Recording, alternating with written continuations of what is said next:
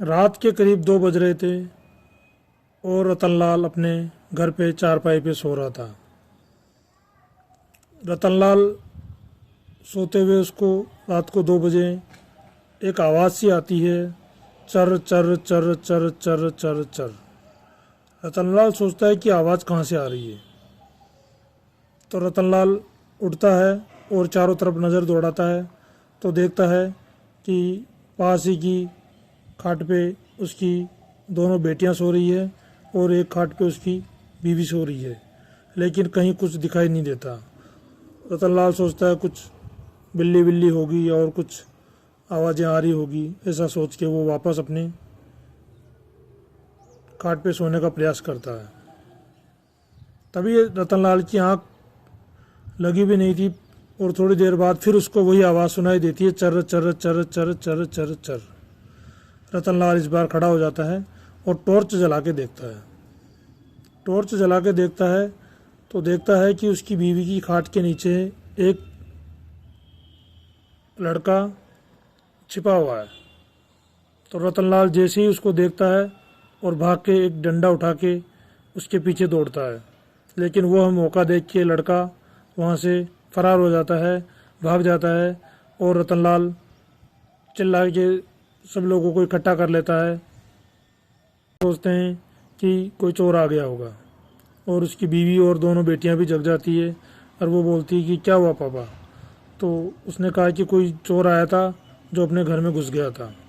अब उसको रतनलाल तो ये सोच रहा था कि कोई चोर है, लेकिन उसको नहीं पता था कि ये कोई चोर नहीं, ये एक चमड़ा चोर है जो रतनलाल की बीवी के साथ गलत कार्य कर रहा था। ये सारी घटना क्या थी दोस्तों, पूरी बताऊंगा। मैं आपका दोस्त, आपका भाई महेंद्र फिर हाजिर हूँ आपके सामने एक सच्ची घटना लेके। आपको पूरी घटना बताऊंगा। वीडियो के अंत तक बने रहिए और चैनल को सब्सक्राइब करिए और लाइक करिए, कमेंट करिए कि आप कहानी कहाँ से सुन रहे हैं। साथियों, ये घटना रतलाम ज़िले की है और वहाँ पे एक पास में गांव पड़ता है, वहाँ की है। वहाँ पे एक रतनलाल था जो मणिहारी का काम करता था। मेलों और हाट में वो दुकानें लगाते थे और अपना जो सामान था वो बेचा करते थे, अपना जीवन यापन करा करते थे। उस काम में उसकी रतनलाल की एक 40 साल की बीवी होती है जो भी उसका काम में हाथ बटा दिया करती थी, और रतनलाल की उम्र 45 वर्ष होती है। ये गांव में जाते थे जहाँ पे मेले लगते थे और अपनी दुकान लगा के अपने जो सामान थे वो बेचा करते थे। मणिया जब आसपास के गाँव में जब मेले भरते थे तो जाते थे और अपनी दुकान लगाते थे। इसी के साथ में दुकान लगाने वाला एक हेमंत भी होता है, वह भी मणिहारी का ही काम करता है और रतनलाल के साथ ही मणिहारी की दुकानें लगाता था और दोनों मिलके अपना जो सामान था वो मेलों में बेचा करते थे। इस प्रकार से जीवन यापन चल रहा था और दिन भर वो मेले में अपना सामान बेचते, शाम को दोनों एक दोस्ती तो हो ही गई थी और कभी नशा पता भी कर लेते दोनों और अपनी लाइफ अच्छे से जी रहे थे। रतनलाल तो एक अच्छी तरह से अपनी दोस्ती निभा रहा था, लेकिन जो हेमंत था उसकी नीयत में खोट था। वह उसकी बीवी शोभा पे गलत नज़र रखता था और उसकी रतनलाल की बीवी शोभा भी वह भी हेमंत को कहीं ना कहीं लाइक करती थी। वह भी उसकी बातों में आ चुकी थी और वह भी उससे उसका हंसना बोलना मजाक करना सब उसको पसंद आता था। धीरे धीरे इसी प्रकार से चलता रहा और उनके बीच रतनलाल की बीवी शोभा और हेमंत के बीच अनैतिक संबंध बनने लगे। जब वो दिन भर सोते और शाम को सोते तो कभी शोभा हेमंत के रूम में आ जाती और कभी हेमंत रतनलाल के कमरे में चला जाता और दोनों अपना जो अनैतिक कार्य है वो किया करते, अपनी कंबल कुटाई का काम किया करते। इस प्रकार टाइम बीतता रहता है, समय चलता रहता है और उनके कंबल कुटाई का काम चलता रहता है। लेकिन क्या होता है कि कुछ समय बाद जब मेले बंद हो जाते हैं, केवल हाट में ही काम मिलता है, हाट में केवल अपनी दुकान लगाते हैं। तो उसको उस टाइम हेमंत और शोभा को मिलने में बड़ी परेशानी होने लगी। तो उस दौरान जो हेमंत था वो रात के समय में शोभा के घर आता था और अपनी जो असरती थी वो पूरी करके निकल जाता था। इसी प्रकार 2-4 बार आया और चला गया, किसी को कोई कानो कान खबर नहीं रही। लेकिन एक रात जब हेमंत आया था तो नींद खुल गई थी और नींद में उसने सुना था कि आवाज़ चर चर चर की आवाज़ आ रही है। तो ये वो चर चर आवाज़ यही थी कि इसमें हेमंत और जो शोभा है वह अपने घर पे ही रतनलाल के पास ही और अपनी बच्चियां पास में सो रही थी, उनके पास में ही गलत कार्य कर रहे थे, अनैतिक संबंध बना रहे थे। इसी के कारण जो आवाज़ चर चर चर थी वो उस खाट से आ रही थी। रतनलाल ने जब एक बार पकड़ लिया तो शोभा और हेमंत बहुत ही ज़्यादा एक्टिव हो गए और जब भी वो हेमंत आता तो दबे पाँव आता और इस बार वो मिलने के लिए छत पे या कहीं दूसरी जगहों पे चले जाते और अपना काम निपटा के निकल जाता। ये काम इनका चल ही रहा था कि हेमंत एक दिन रतनलाल के घर पे शाम के टाइम आया। तो रतनलाल उस दिन घर पे ही था। दोनों ने मिलके दारू पी और अय्याशी करी, खाना वाना खाया। तो हेमंत देखता है कि रतनलाल की दोनों बेटियां भी बड़ी हो गई है और उसमें जो सबसे बड़ी बेटी थी शालिनी, उसको देख के हेमंत का दिल दौड़ बहुत तेज़ी से धड़कने लगा। हेमंत ये विचार करने लगा कि काश ये मुझे मिल जाए, ये मेरे नीचे आ जाए तो मैं अपनी मनोकामना पूरी कर लूँ। कैसे भी करके उसके दिमाग में ये खुरापात आने लगा और वो उसकी प्लानिंग करने लगा। शालिनी जिसकी उम्र 20 साल थी और उसकी छोटी बहन शालू जिसकी उम्र 16 साल थी, दोनों जवानी के दहलीज पे कदम रख चुकी थी और वह भी अपनी माँ की तरह बहुत ही ज़्यादा सुंदर थी।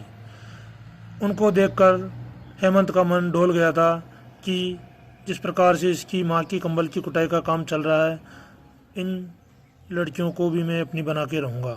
और उसके दिमाग में ये प्लानिंग चलने लगी। जो शालिनी है वो कॉलेज में पढ़ती थी और रोज़ कॉलेज जाया करती थी रतलाम में।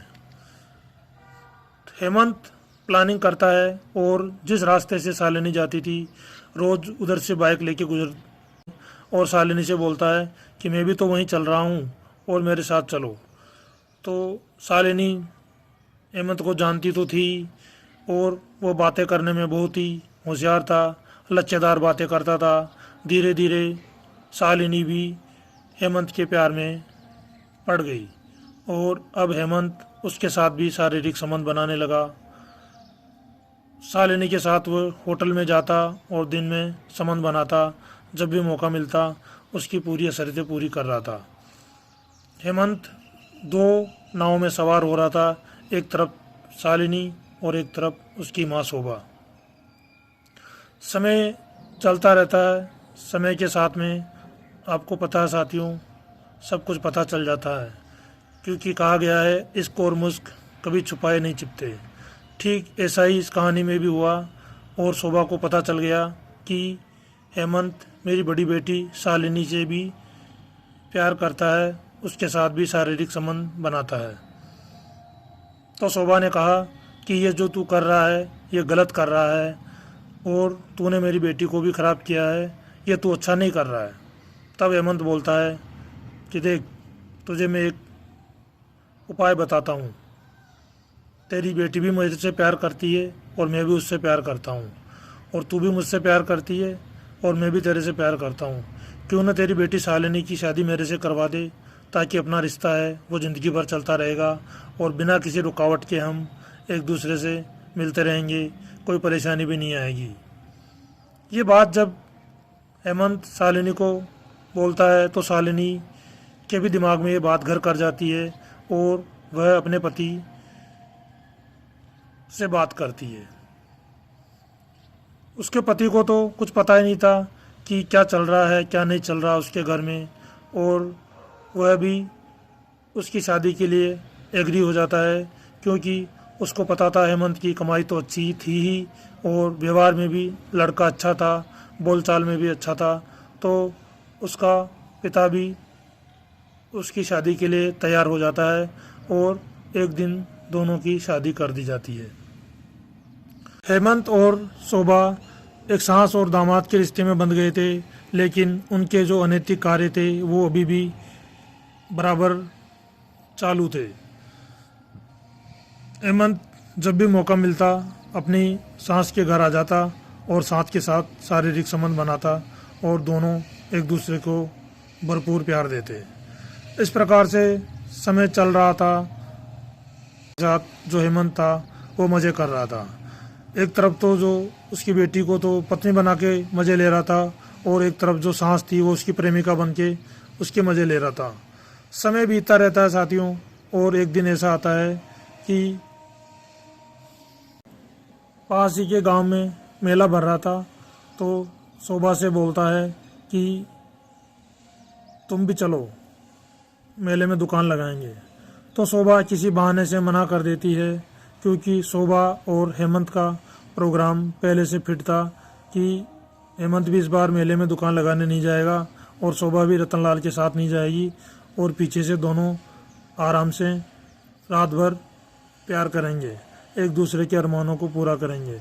इस प्रकार की प्लानिंग उन्होंने पहले से बना रखी थी, इसलिए शोभा भी जाने से मना कर देती है, और रतनलाल जो मणियारी की दुकान है पास ही के गांव में के मेले में लगाने के लिए चला जाता है।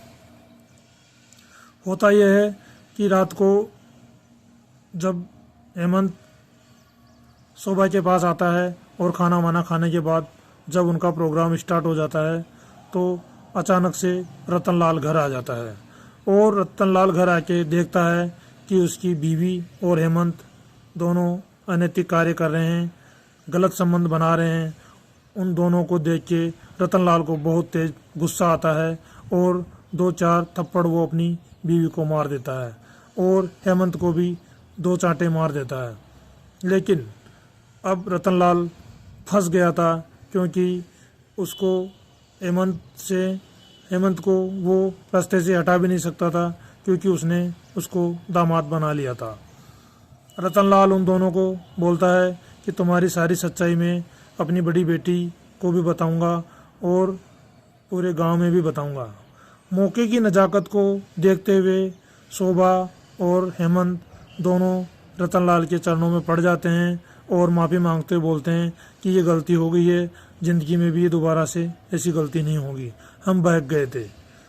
रतनलाल सीधा साधा तो था ही, तो उसने दोनों को माफ़ कर दिया और सख्त हिदायत दे दी कि दोबारा ऐसी गलती मत करना। लेकिन आपको पता है साथियों कि जो ये हवस के प्रेमी होते हैं, हवस के भूखे होते हैं, इनको कितना ही समझा लो ये अपनी आदतों से कभी बाज नहीं आते हैं। ठीक ऐसा ही इस कहानी में भी हुआ, और जो शोभा और हेमंत थे वो मिलने के लिए तड़पने लगे, और उन्होंने एक खौफनाक साजिश रच दी, जिसमें उन्होंने यह निश्चय किया कि रतनलाल को ही हम रास्ते से हटा देते हैं, ताकि हमें मिलने में कोई दिक्कत नहीं आए, और एक इसके लिए अच्छा मौका हेमंत ढूंढने लगता है।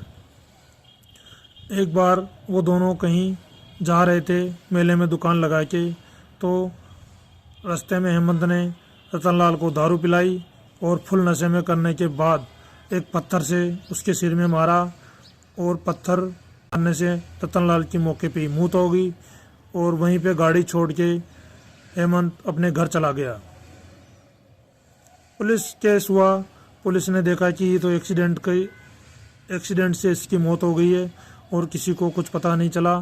दोनों ने जो अपना कांटा था उसको साफ कर दिया, और ज़िंदगी धीरे धीरे आगे बढ़ने लगी।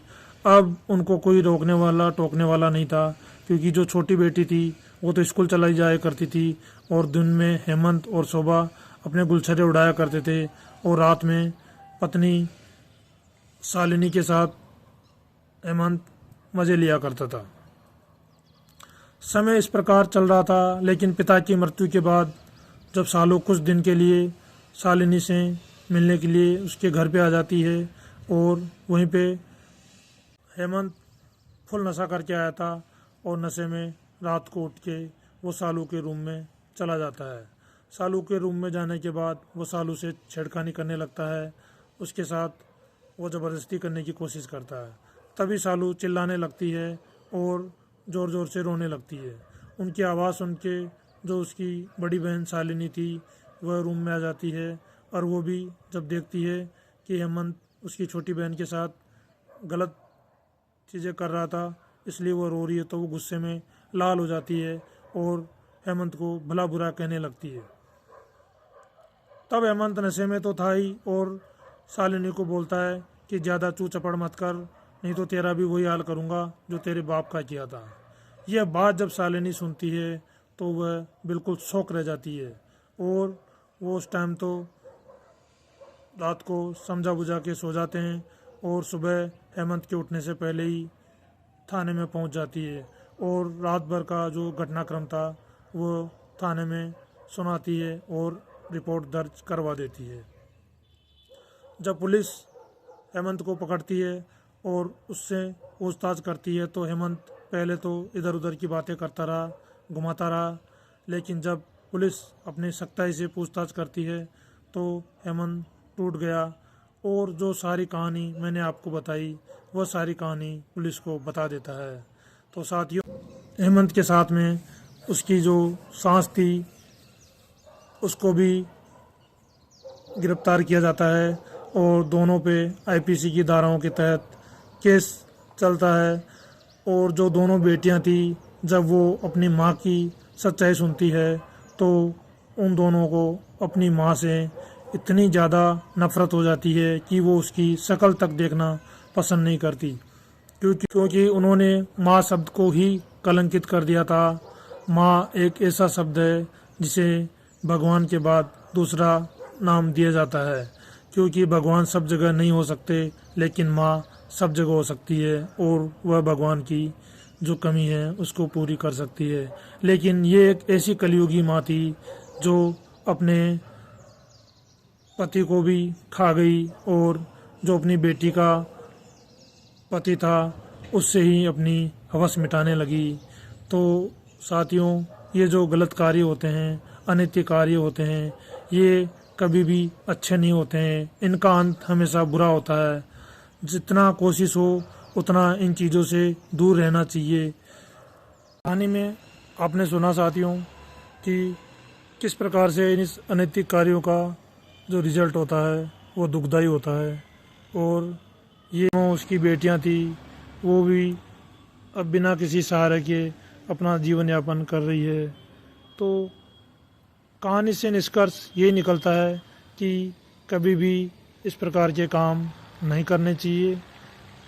ये कभी भी भले नहीं हो सकते, कभी भी ये अच्छे नहीं हो सकते। इनके जो नतीजे होते हैं वो गलत ही निकलते हैं। साथियों, इस कहानी को सुनाने का उद्देश्य किसी को परेशान या किसी का दिल दुखाना नहीं है। इसका सिर्फ ये उद्देश्य है कि आप सावधान रहो, सतर्क रहो, जहाँ भी रहो अच्छे तरीके से रहो। जय हिंद साथियों।